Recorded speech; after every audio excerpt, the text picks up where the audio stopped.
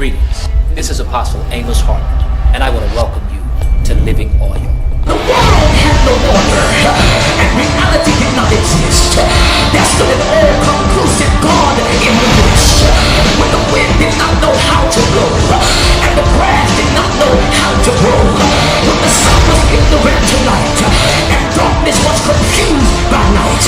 When heat made nothing sweat, and water made nothing wet. Witness the glory of God, the power of God. Apostle Amos Horton. Greetings. This is Apostle Amos Horton, and I want to welcome you to Living Oil.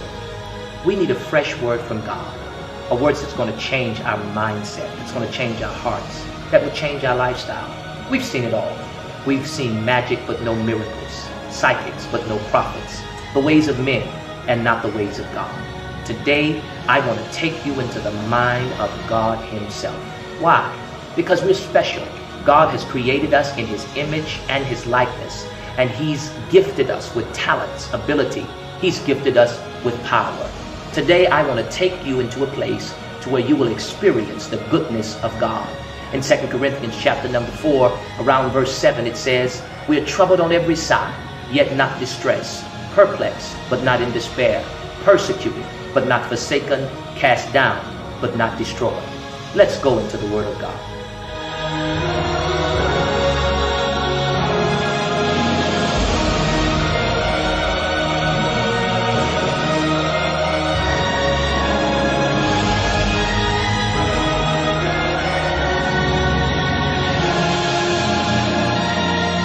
Apostle Amos Horton, Living Oil.